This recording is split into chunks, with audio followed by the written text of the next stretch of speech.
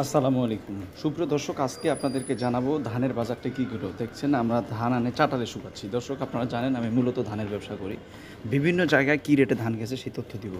এই ধানটা সম্পা কাঠারেই শুকানো হচ্ছে। দর্শক, এটা বগুড়া নয়, আমি এটা কিনছি চাপাই ছাত্রা বাজারে। চাপাই ছাত্রা বাজারে কিনছি। এখানে বাজারে গেছে 1400 টাকা মন, 37.5 কেজি 1400 টাকা মন। এটা মিটার ছিল মিটার ছিল 16 মস্টা। আর যেটা কাঁচাটা কিনছিলাম নন্দীগ্রামে কাঠারি ধান, এটা কিনছিলাম 1335 টাকা।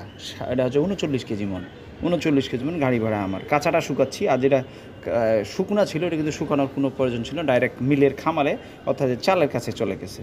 তো কাঠারির বাজারটা আমি আপনাদেরকে জানাই দিলাম। আর বগুড়া থেকে যে বগুড়া না, আপনার ময়মনসিংহ থেকে যে কাঠারি হাইব্রিডগুলো নিয়ে আসতেছি, সেই ধানটা চলতেছে বর্তমান 940 টাকা, 945 টাকা 41 কেজিতে মন। আর সম্পা কাঠারিটা বর্তমান সুমনটা নিছি দর্শক আজকে 1370 টাকা, 1370 টাকা মন। তো সর্বমূল্য বাজার আপডেট।